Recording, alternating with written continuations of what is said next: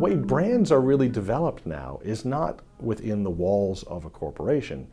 They're put out there in the marketplace, right? So where is the meaning being created? It's similar to the way the code is being created in the world of open source software. The meaning is being co-created with customers. So all of the stakeholders, in the early days it was just we think about shareholders and then employees, and then now we think about the society in which the brand lives. But that's a whole community that is being involved in building meaning into the brand. It's a myth to think that an organization owns its brand. It may have come up with the idea, but what happens when you put it out into the marketplace is people begin to think about it. They begin to incorporate it into their lives. They begin to love it. They like it. They create a whole narrative around it.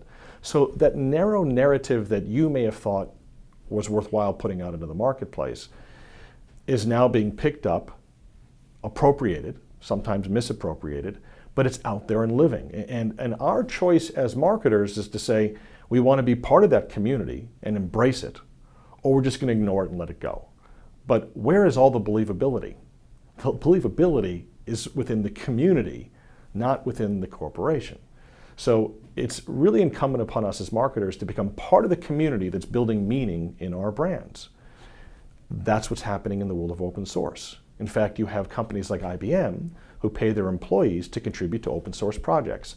Why? Because they want to be good members of the community.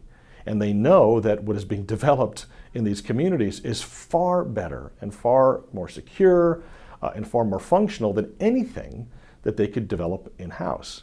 Because what open source says to the world is, guess what? Your talent pool is now the whole world of developers outside. You could never have hired them. If you think about open sourcing your brand, what you're really saying is your whole brand team, your marketing team, are your consumers, all your stakeholders, we're all in this together to help build meaning in the brand. In some ways it takes some pressure off, right? Because if you have so many voices contributing to the brand, you don't have to work so hard. But the reality is there's some orchestration that you have to manage. And so that's why companies invest a lot of time into watching what's happening in social and what's happening in conversations in the media. That's always been true. But the lens through which those conversations were viewed, which is they're saying something wrong about us, or boy, they've got it wrong. Well, it doesn't matter. They own it too. So if that's their view of Pampers, that's the reality for Pampers. You just get to be one voice in that conversation.